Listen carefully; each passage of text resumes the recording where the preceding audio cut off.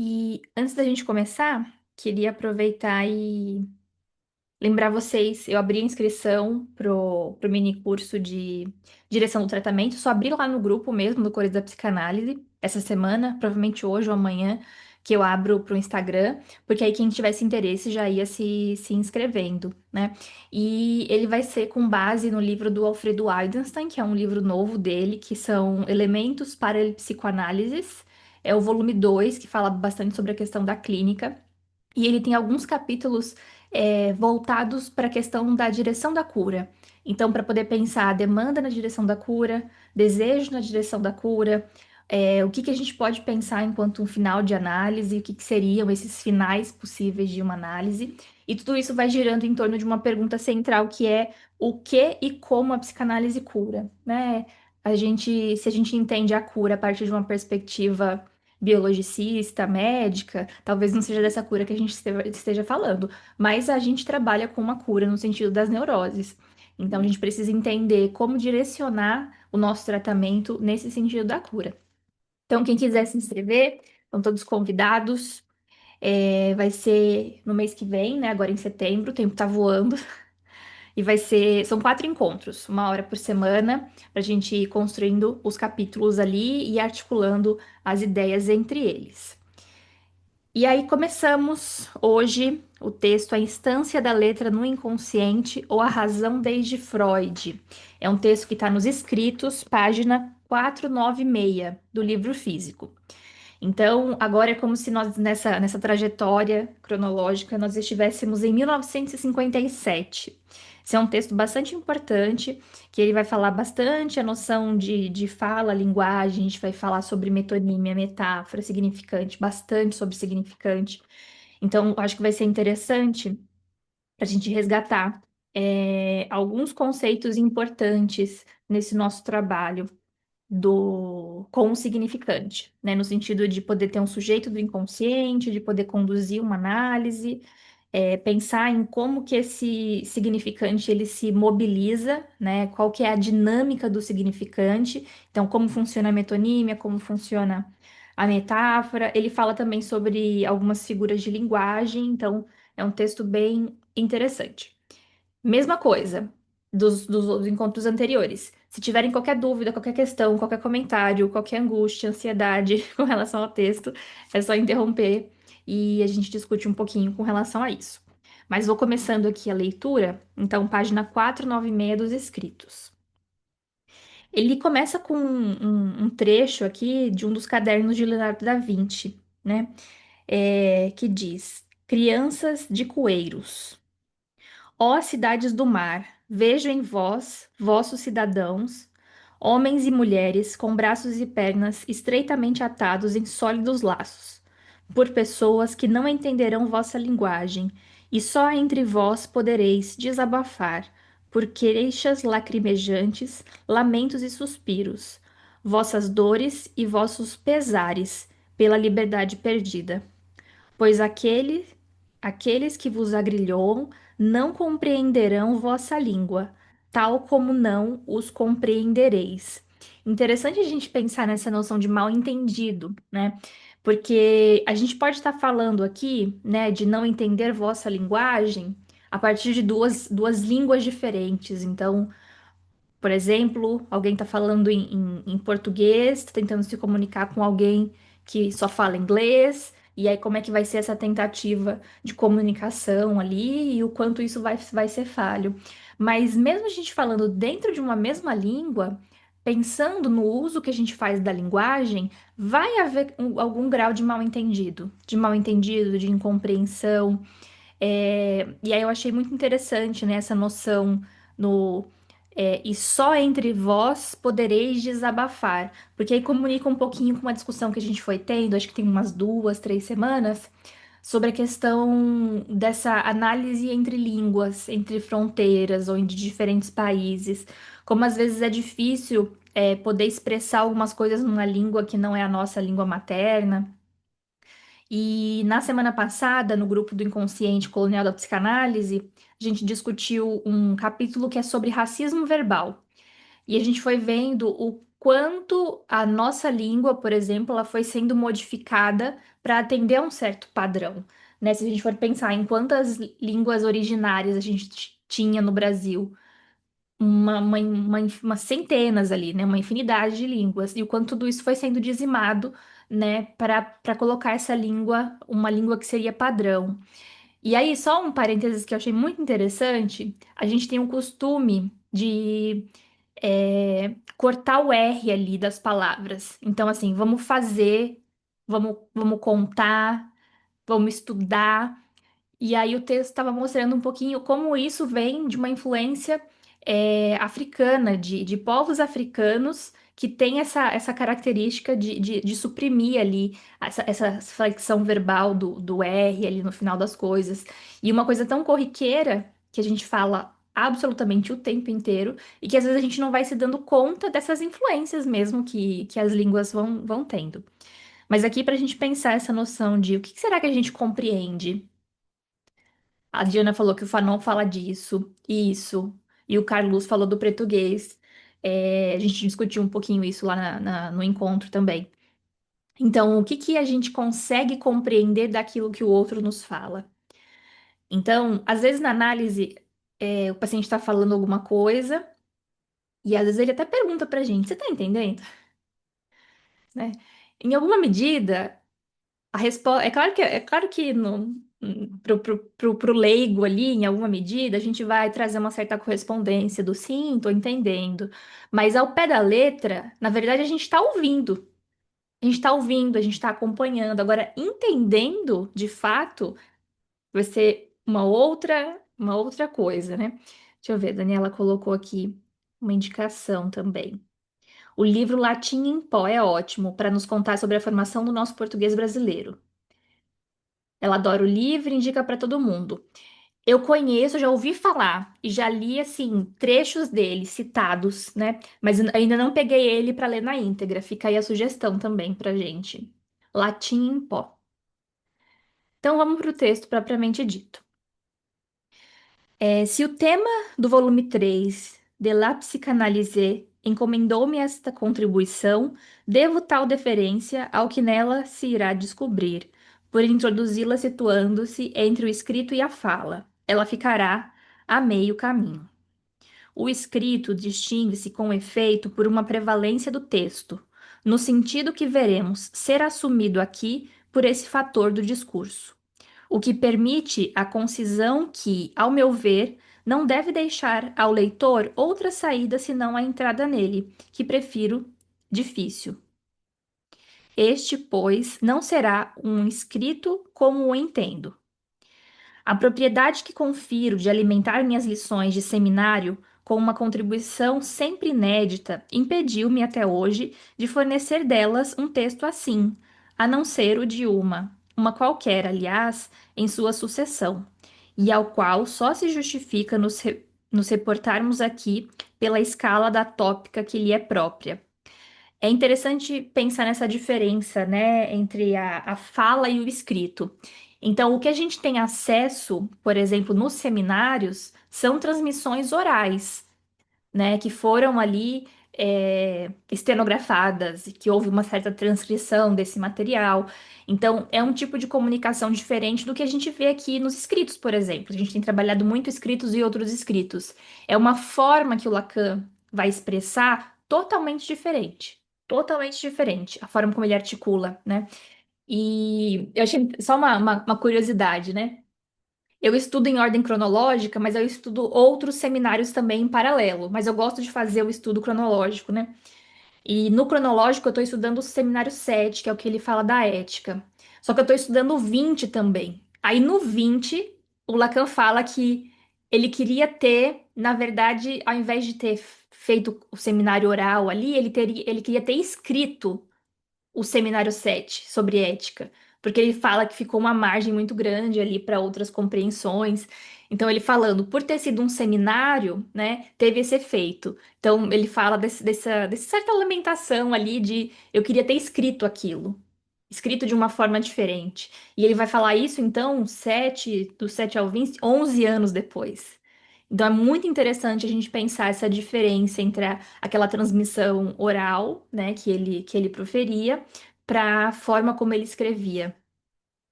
O sétimo é o que foi traduzido recentemente? Não, o sétimo já tem há bastante tempo. O que foi traduzido recente, que tá para lançar ainda, acho que vai começar a sair em outubro, é o 12. Os mais recentes agora foram o 14, 15, e aí o 12 tá em pré-lançamento. Pois a urgência de que agora extraio como pretexto para deixar de lado esse propósito só faz encobrir a dificuldade de que, ao sustentá-lo na escala em que devo aqui apresentar meu ensino, ele não se distancie demais da fala, cujas medidas diferentes são essenciais para o efeito de formação que procuro. Eis porque adotei essa linha de um debate que me foi solicitado num dado momento pelo grupo de filosofia da Federação dos Estudantes de Letras, por nele encontrar a acomodação propícia à minha exposição. Sua generalidade necessária mostra combinar com o caráter extraordinário do público formado por eles, mas seu objeto único depara com a conivência da qualificação que eles têm em comum, a literária, a qual meu título presta homenagem. Como esquecer de fato que Freud sustentou com constância e até seu fim a exigência primordial dessa qualificação para a formação dos analistas, e que apontou na Università Literarum de sempre o lugar ideal para sua instituição. Assim, o recurso ao movimento desse discurso restaurado ao vivo marcou de quebra através daqueles a quem eu destino, aqueles a quem não se dirige. Ou seja, nenhum daqueles que, seja para que finalidade for na psicanálise, toleram que sua disciplina se valha de uma falsa identidade. Vício de hábito e tamanho em seu efeito mental que a própria identidade verdadeira pode parecer um álibi entre outros, do qual se espera ao menos que a reprodução refinada não escape aos mais sutis. Assim é que observamos com curiosidade e reviravolta que se esboça no que concerne à simbolização e à linguagem, no International Journal of Psychoanalysis, com grande reforço de dedos úmidos a revirarem os folhos de Sapir e Jespersen. Esses exercícios ainda são novatos, mas é sobretudo seu tom que está por fora. Uma certa seriedade faz sorrir quando entra no verídico. E aí vem a seguinte pergunta: e como não haveria até mesmo um psicanalista de hoje de sentir que chegou a isso, a tocar na fala, quando sua experiência recebe dela seu instrumento, seu enquadre, seu material e até o ruído de fundo de suas incertezas?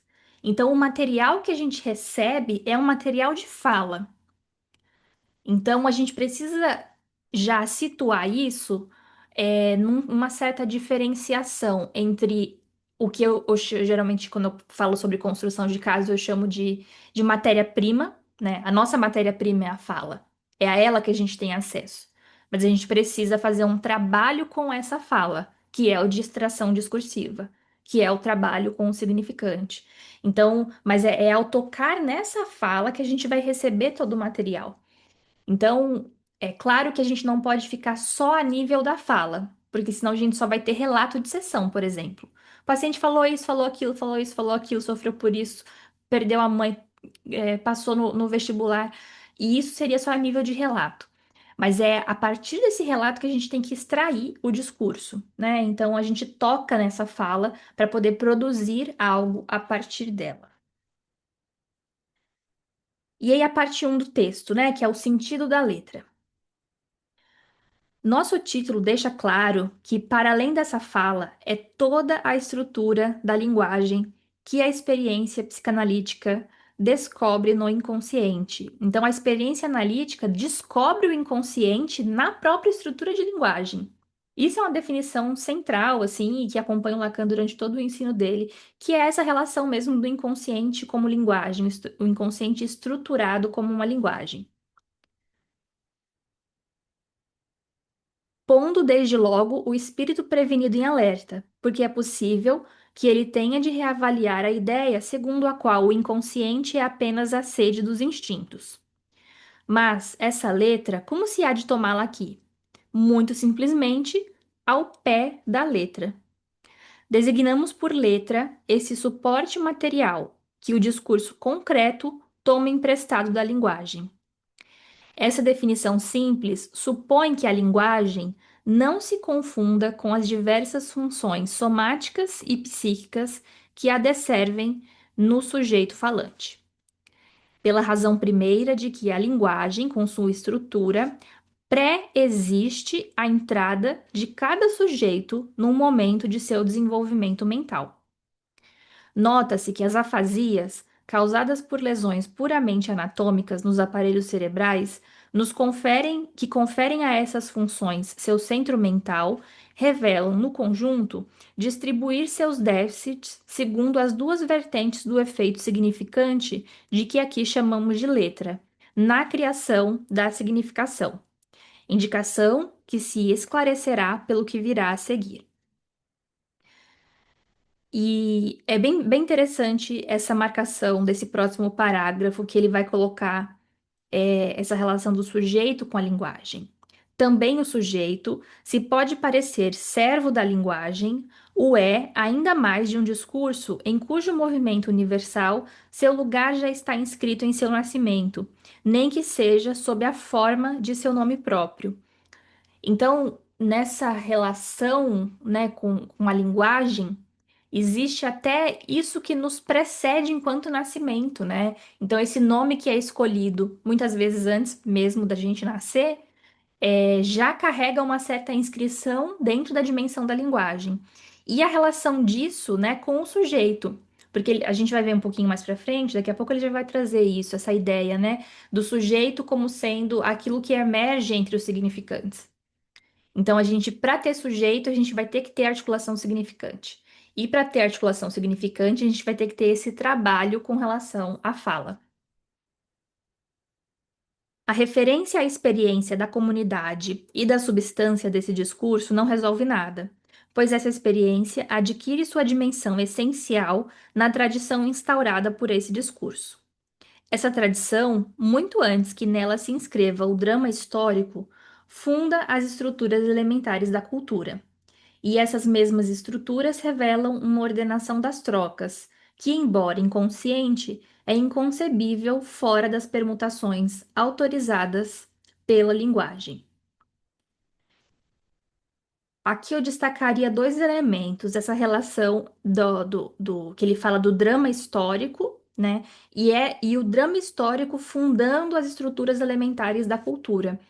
Porque se a gente muda a cultura, a gente muda também, por exemplo, a forma da gente se entender no mundo e se relacionar com esse mundo e dizer, por exemplo, do que a gente sente.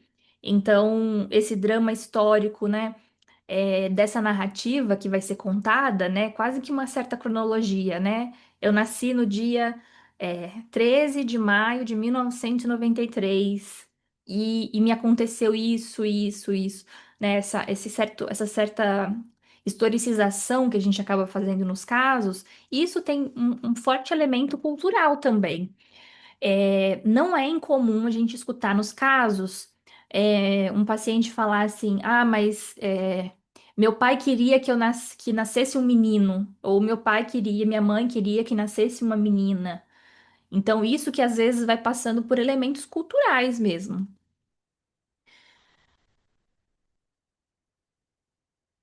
Eu falei disso das trocas, tá. 499 agora.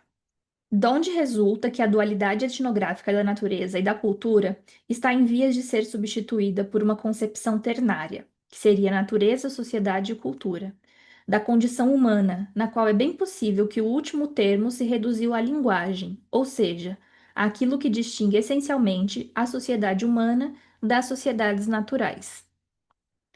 Mas nisso não tomamos partido nem partida, deixando entregues às suas trevas as relações originais do significante com o trabalho, e nos contentando para fazer uma piada com a função geral da praxis na gênese da história, em destacar que a própria sociedade, que teria restabelecido em seu direito político, com o privilegiamento dos produtores, a hierarquia causal das relações de produção nas superestruturas ideológicas, nem por isso gerou um Esperanto, cujas relações com o real socialista tenham posto fora do debate, pela raiz, qualquer possibilidade de formalismo literário. De nossa parte, vamos fiar-nos apenas nas premissas que viram seu valor confirmado pelo fato de a linguagem ter efetivamente conquistado na experiência seu status de objeto científico. Pois é por esse fato que a linguística se apresenta numa posição piloto nesse campo, em torno do qual uma reclassificação das ciências assinala, como é de costume, uma revolução do conhecimento. E somente as necessidades da comunicação fazem com que o inscrevamos no frontispício desse volume, sob o título de Ciências do Homem, malgrado a confusão que aí pode encontrar meios de se acobertar. E aí ele começa a falar sobre essa relação da psicanálise com a linguística, né? Na página 500 agora. Só a gente lembrando um pouquinho, né, as bases epistemológicas com as quais o Lacan constrói a teorização dele são quatro, as quatro principais, né? E a linguística é uma delas. Então a gente tem a linguística, a gente tem a lógica matemática, a topologia e a antifilosofia. E aqui nesse texto ele está bem concentrado ali em falar sobre essa relação com a linguística. E a gente sempre tem que ter em mente, o Lacan não faz o mesmo uso dos conceitos da linguística como os linguistas faziam e fazem. Então a gente precisa ir na linguística, entender como que esses conceitos se constroem, mas notar que o Lacan faz uma certa subversão desses conceitos e trabalha eles de forma diferente. Então é um movimento que a gente precisa ir e voltar, senão a gente vai e se perde e toma como se fosse, né? Não vou falar a verdade, né? Porque, enfim, essa verdade para a linguística é uma, para a psicanálise é outra. Então, é esse outro uso da linguística que o Lacan vai propor. E aí ele até cita aqui, né? Ele vai falar muito sobre esse curso de linguística geral, que é o do Saussure. É um livro muito interessante, vale a pena a gente ler pelo menos uma vez na vida que vai explicar, então, desse ponto de vista da linguística, os elementos, por exemplo, de signo, significante, significado, né? E como a gente vai pensar isso do ponto de vista da linguística. Só que é o tipo de livro que a gente tem que ir entendendo, né? Tem que ir ciente que o Lacan subverte isso. Senão a gente acaba pensando que ele faz o uso igual os linguistas fazem, e ele faz invertido, né? Então a gente vai acabar ficando com uma concepção errada. Então, só esse cuidado, assim, mas eu acho que é um livro que, pelo menos uma vez na vida, assim, a gente tem que ler. É bem interessante. Então, na página 500, deixa eu só beber uma água. Lorena, você pode dizer o nome do livro, por gentileza, só para eu anotar? O nome do Eu sei livro que é do é Saussure, né? Curso Mas de eu... Linguística Geral. Tá Ah, aqui tá. na página Eu vi 500, ele aqui. cita. A gente vai chegar lá. Não, É beleza, um obrigado. laranjinha. Obrigado. Para marcar o surgimento da disciplina de linguística, diremos que ela se sustenta, como acontece com toda ciência, no sentido moderno, no momento constitutivo de um algoritmo que a funda. Esse algoritmo é o seguinte: a gente tem um S maiúsculo, uma barra e um S minúsculo, que se lê significante sobre significado, correspondendo o sobre à barra que separa as duas etapas. E é importante a gente entender essa noção de barra, porque como a gente vai ver, uma das formas da gente fazer um corte, por exemplo, é atuando nessa barra que separa significante de significado.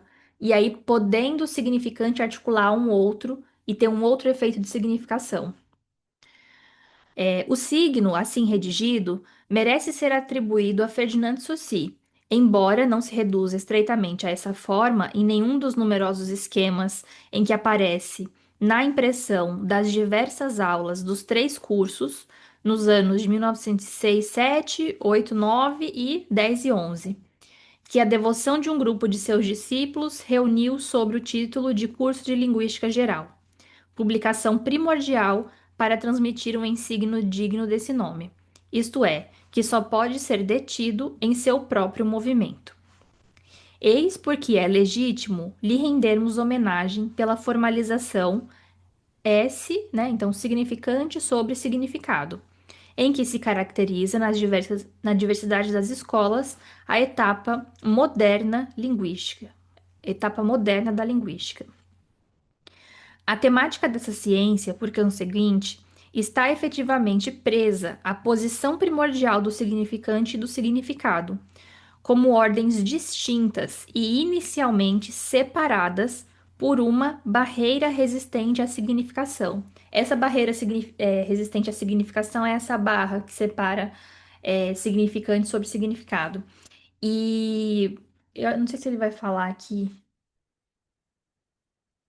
Ah, ele ainda vai chegar nessa parte do exemplo do que o Lacan faz ao inverter um pouco essa relação, de tornar que é o que a gente vai pensar, essa primazia do significante sobre o significado, né? Sendo que na linguística tem uma certa dependência ali nessa significação. Lorena, essa barreira resistente já é a subversão também?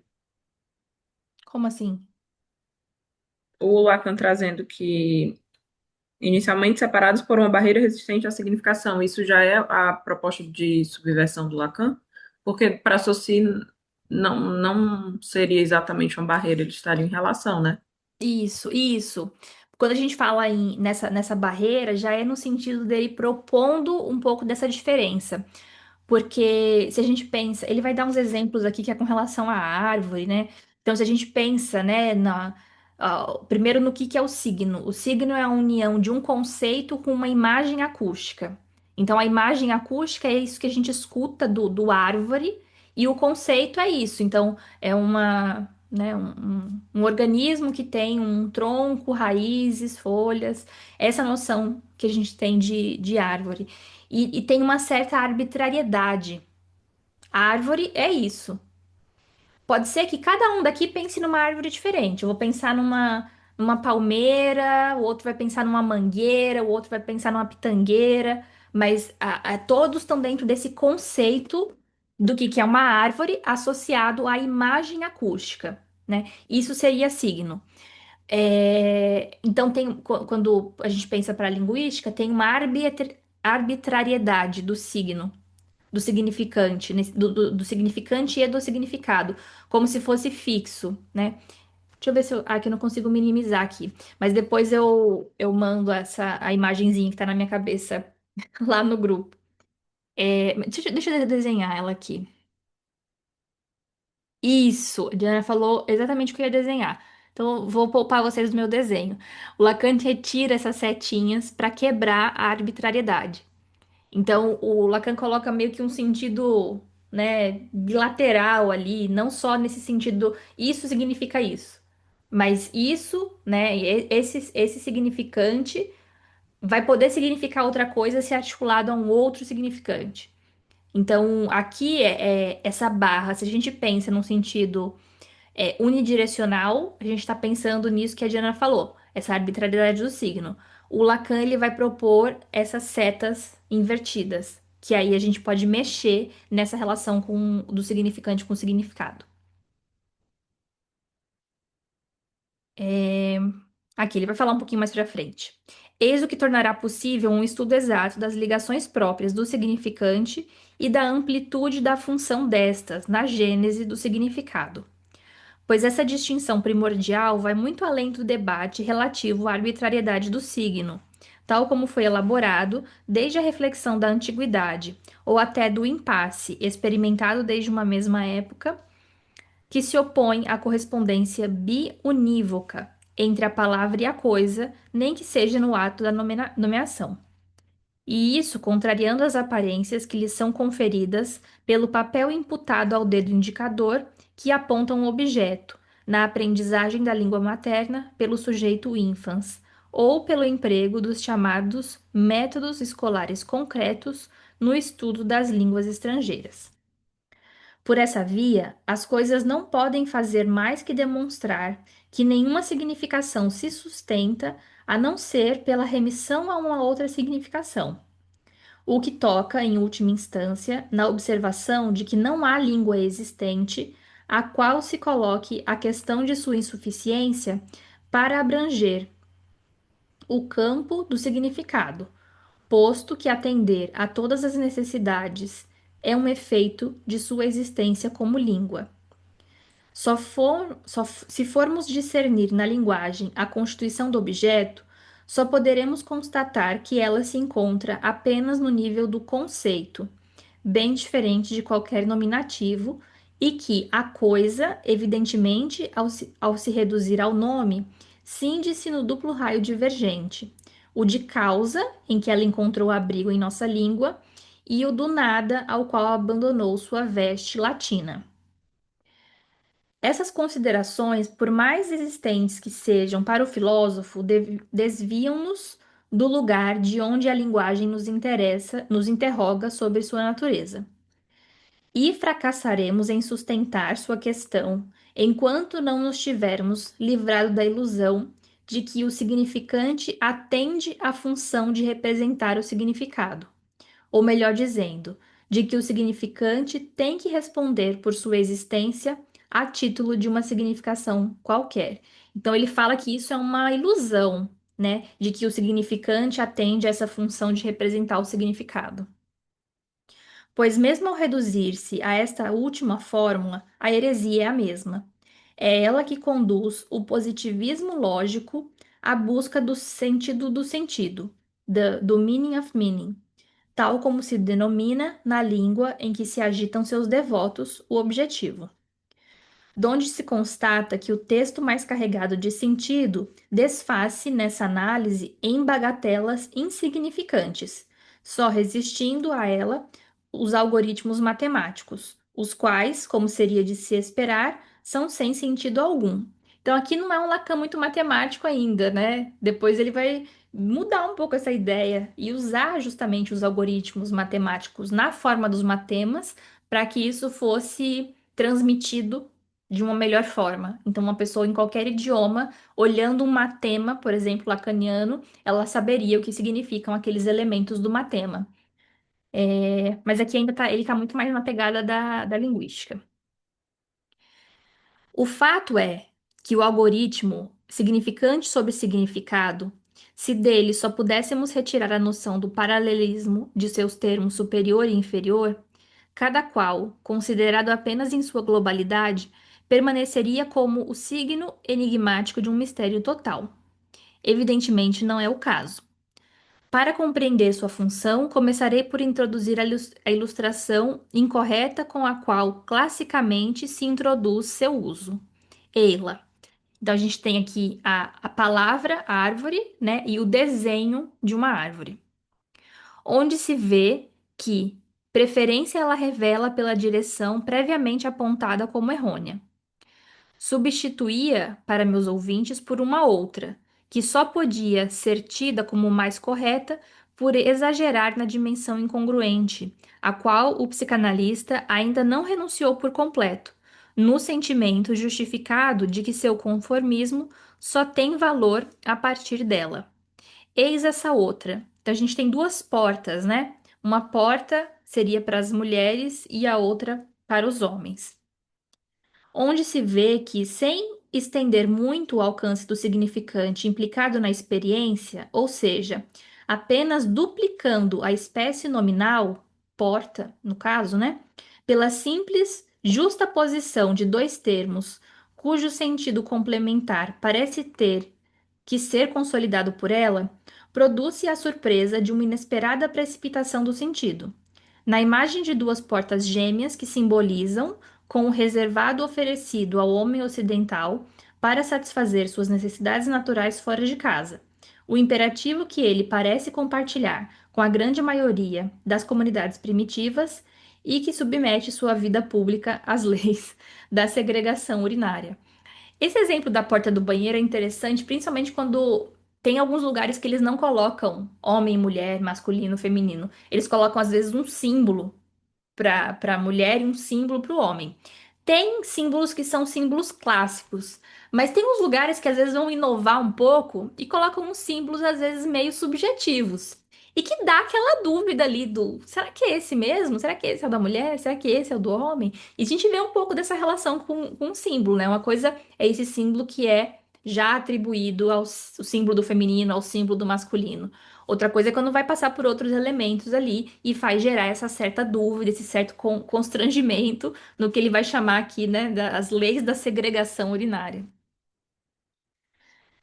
Isso não é apenas para desconcertar com um golpe baixo o debate nominalista, mas para mostrar como o significante de fato entra no significado.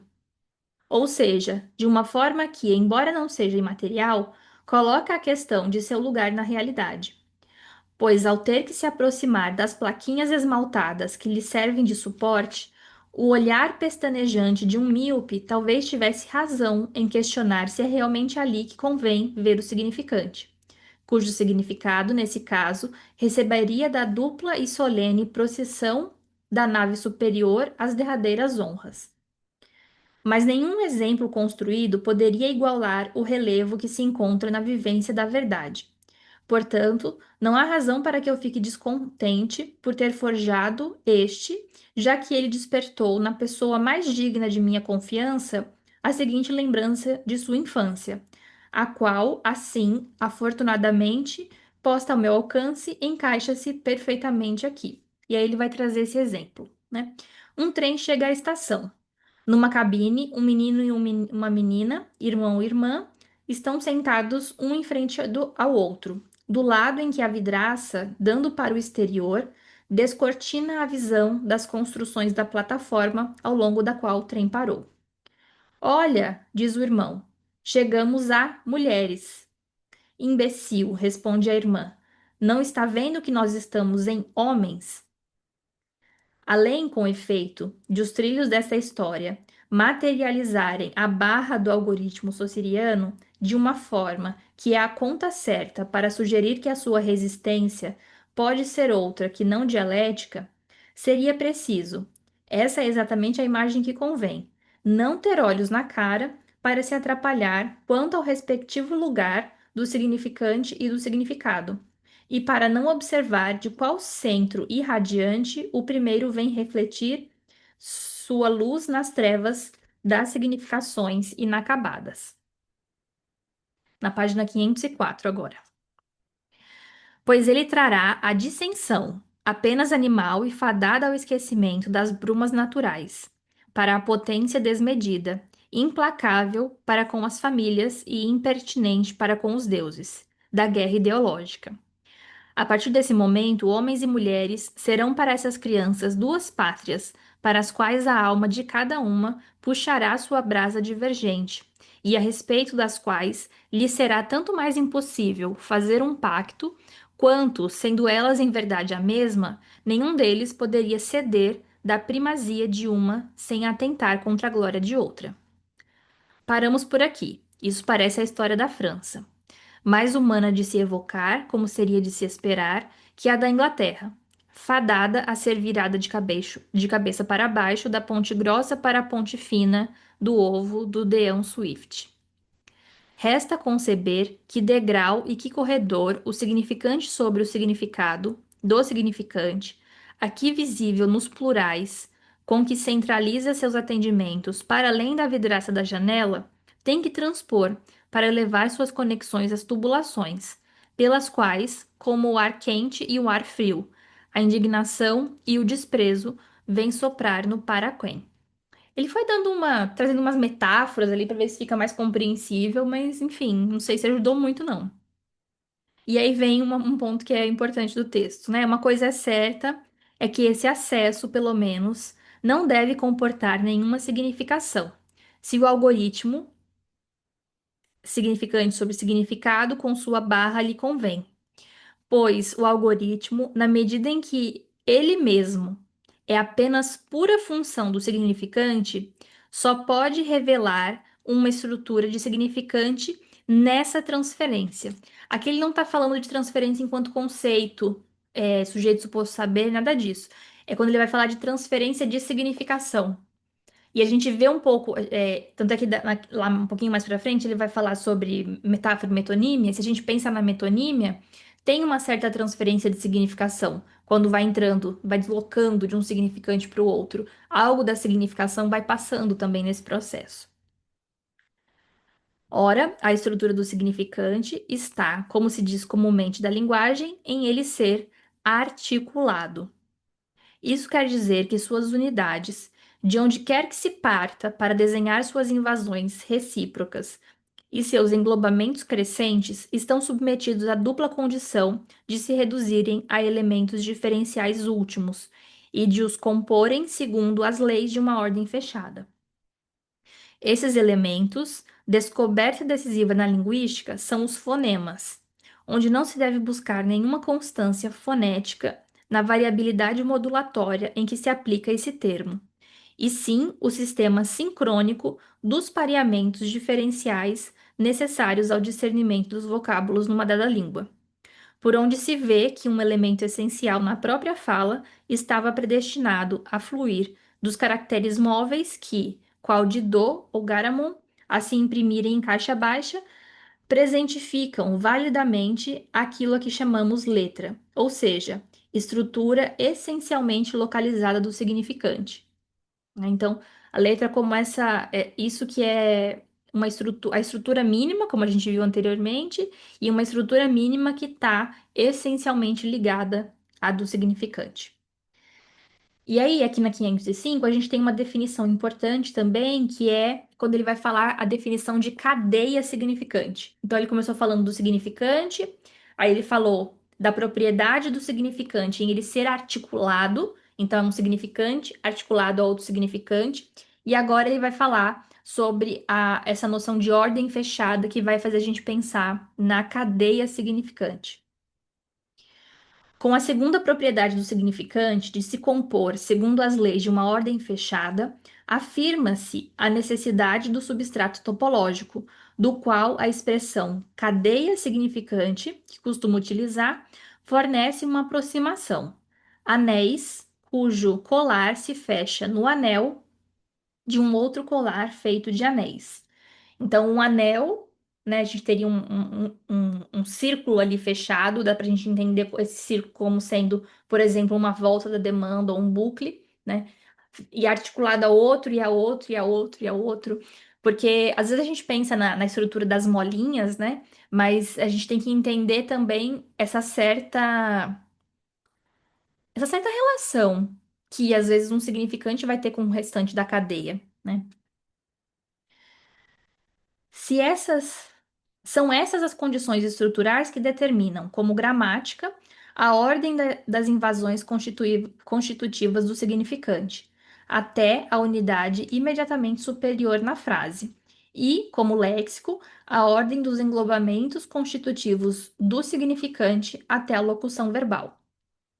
É fácil, dentro dos limites em que se detêm essas duas iniciativas, de apreensão do uso de uma língua, perceber que somente as correlações do significante com o significante fornecem o padrão de qualquer busca de significação, como é assinalado pela noção de emprego de um taxema ou de um semantema, que remete a contextos do grau imediatamente superior às unidades implicadas.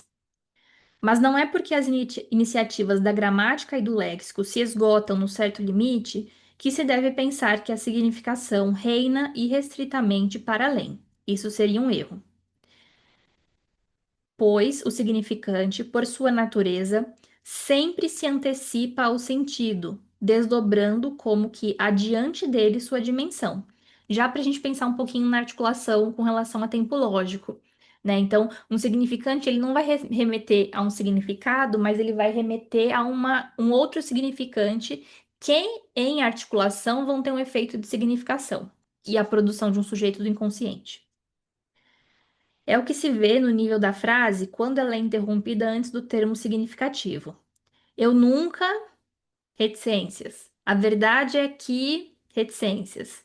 Talvez também, reticências.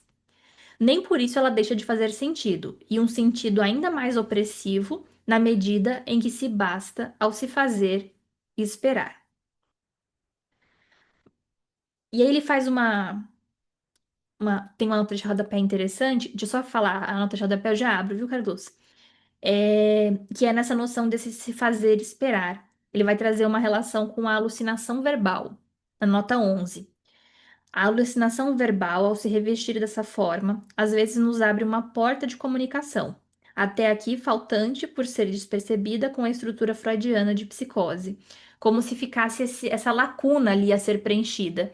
E isso gera uma certa angústia. E aí, às vezes, é o próprio, a própria formação de um fenômeno elementar, então, ou um delírio, ou uma alucinação verbal, vem completar isso, para trazer um certo sentido e apaziguar aquele mal-estar. Então acontece algo e eu não sei qual que é essa significação. E aí vem algo de um fenômeno elementar para trazer uma certa explicação daquilo, né? E dar uma fechada nessa cadeia de sentido. Porque se fica tudo muito aberto na psicose, vai trazendo muita relação com a angústia. Pode falar, Carlos.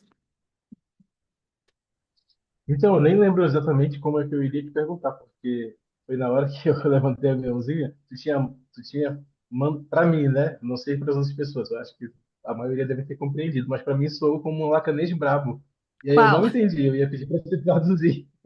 Foi quando eu estava falando sobre significado e significante. Foi aqui, eu até anotei. O significante, por sua natureza, sempre se antecipa ao sentido. Aí depois tu leu um pouquinho e tu falou. E aí foi nessa hora que eu levantei a mão, mas aí tu também continuou com outras explicações. E eu não lembro exatamente o que foi que tu falou sobre significado e significante, que foi, assim, foi muito bonito, mas para mim foi um lacanês brabo. Eu não consegui entender exatamente. Esse daqui, né? O significante, por sua natureza, sempre se antecipa ao sentido, desdobrando como que adiante dele sua dimensão. É mais para a gente pensar essa relação de antecipação de sentido, porque o sentido ele só vai vir a posteriori com com a articulação de um outro significante, né? Se a gente lembra dos axiomas, que são aquelas leis que regem o significante, a gente tem dois. Então, ele não significa ele mesmo e ele precisa estar articulado a um outro significante para poder ter um significado, para ter um efeito de significação. Então, é interessante a gente pensar que vai estar nesse movimento de antecipação e retroação, né? Um antecipa um que está para vir. Até se a gente pensa nesse exemplo que ele dá. Quando a gente fala eu nunca, isso tá antecipando algo que vai vir. A gente sabe o que que é? Não. Eu nunca, eu nunca li esse livro. Mas se eu falo só eu nunca, vocês vão perguntar para mim, você nunca o quê? Não sei. O eu nunca antecipa que vai vir alguma coisa, né? E se eu falo só esse livro, vocês vão perguntar o que que tem o livro? Então ele vai retroagir no eu nunca. Eu nunca li esse livro. Então é uma forma da gente entender como um vai antecipando e o outro vai retroagindo em algo que já foi dito. Finalzinho da 505 agora. Mas não é diferente o fenômeno que, pelo simples recuo de um mas que a faz aparecer, bela como a sulamita e tão virtuosa quanto a donzela, adorna e prepara a negra para as núpcias e a miserável para o leilão, que é desse Cântico de Salomão.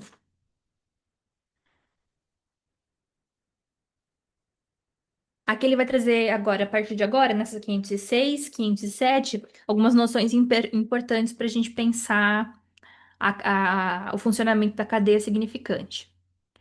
Então, de onde se pode dizer que é na cadeia do significante que o sentido insiste, mas que nenhum dos elementos da cadeia consiste na significação, de que ele é capaz nesse mesmo momento. Então, o sentido, ele insiste na cadeia a partir das articulações dos significantes. Mas a gente não consegue falar, é isso, né? A significação é essa, a significação é essa outra. Então, o que vai insistir é esse sentido, mas nada vai consistir no que é essa significação. Então, vai ter essas transferências, né, do sentido. Impõe-se, portanto, a noção de um deslizamento incessante do significado sobre o significante, que o Saussure ilustra com uma imagem que se assemelha a duas sinuosidades das águas superiores e inferiores nas miniaturas dos manuscritos do Gênesis. duplo fluxo que parece tênue o marco dos finos riscos de chuva que ali desenham os pontilhados verticais que se supõem limitarem segmentos de correspondência. Contra isso vai toda a experiência que me fez falar, num dado momento de meu seminário sobre as psicoses dos pontos de basta, exigidos por esse esquema para explicar a dominância da letra na transformação dramática que o diálogo pode operar no sujeito. E aí fica um negócio meio bizarro, porque ele está tentando explicar uma imagem. E fica difícil visualizar o que que ele está representando nessa imagem. É, é uma imagem que eu não sei se vocês já viram, mas parece umas ondinhas assim, num sentido e em outro. É uma imagem que é bem comum. Mas o que que eu vou fazer? O que que eu pensei em fazer? No encontro que vem, eu começar trazendo essas imagens do Soci e a gente pensando na diferença delas para Lacan, que eu acho que toca no ponto que a Vitória trouxe, que eu acho que é importante, e a gente discute essa imagem, que é o que ele vai falar também, trazendo uma relação com o que ele vai trazer de linearidade agora no parágrafo seguinte. Então, vou terminar esse trecho aqui, e aí semana que vem a gente começa por esses pontos da linguística e volta para o texto. Tá, então ele falou sobre os pontos de basta. Mas se com efeito é necessária a linearidade que Saussure considera constitutiva da cadeia do discurso, em conformidade com sua emissão por uma só voz, e na horizontal em que ela se inscreve em nossa escrita, ela não é suficiente. Só se impõe a cadeia do discurso na direção em que é orientada no tempo, sendo até tomada como fator significante em todas as línguas em que Pedro Surra Paulo reverte seu tempo ao inverter os seus termos. Mas basta escutar a poesia, o que sem dúvida aconteceu com Saussure, para que nela se faça ouvir uma polifonia e para que todo o discurso revele-se alinhar-se nas diversas pautas de uma partitura. Não há cadeia significante com efeito que não sustente com como que a penso na pontuação de cada uma de suas unidades. Tudo o que se articula de contextos atestados na vertical, por assim dizer, desse ponto. É assim que, retomando a nossa palavra arpre, não mais em seu isolamento nominal, mas ao término de uma dessas pontuações, veremos que não é apenas pelo fato de a palavra barre ser seu anagrama que ela transpõe a barra do algoritmo saussuriano.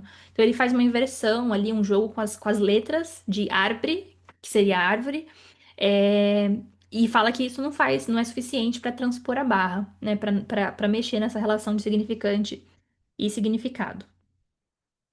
É que, decomposta no duplo espectro de suas vogais e suas consoantes, ela evoca justamente com o carvalho e o plátano as significações de que é carregada em nossa flora, as de força e majestade, drenando todos os contextos simbólicos em que é tomada no hebraico da Bíblia, ela ergue sobre um outeiro sem fronte a sombra da cruz.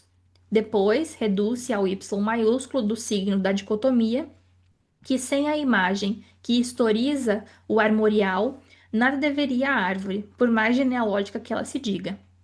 Ó árvore circulatória, árvore vital do cerebelo, árvore de Saturno ou de Diana, cristais precipitados numa árvore condutora do raio. Será talvez tua figura que traça nosso destino no casco chamuscado da tartaruga, ou teu clarão que faz surgir de uma inominável noite e a lenta mutação do ser no rempanta da linguagem. Não, diz a árvore, diz ela, não, no cintilar, em sua ramagem soberba. Versos que consideramos tão legítimos de ouvir nos harmônicos da árvore quanto eu reverso, que a tempestade trata universalmente como faz a uma erva. É que essa estrofe moderna ordena-se de acordo com a mesma lei do paralelismo do significante, cujo concerto rege o gesto eslavo primitivo e a mais refinada poesia chinesa. Vou parar aqui, então, no final da 507, e aí a gente continua na semana que vem. A gente bate esse papo sobre algumas coisas da linguística, eu vou trazer, porque quando tá gravando eu não consigo minimizar minha tela. Então eu já vou deixar tudo aberto aqui, que aí eu vou só compartilhando a tela com vocês. E a gente vai trabalhando esses esqueminhas. E aí a gente continua aqui que é quando ele vai falar sobre metáfora e metonímia. Bem interessante. A gente quase terminou a primeira parte do texto, mas vamos sem pressa, mas sem pausa. Então, obrigada, pessoal. Até semana que vem. Beijo. Ah, obrigada. Obrigada, gente.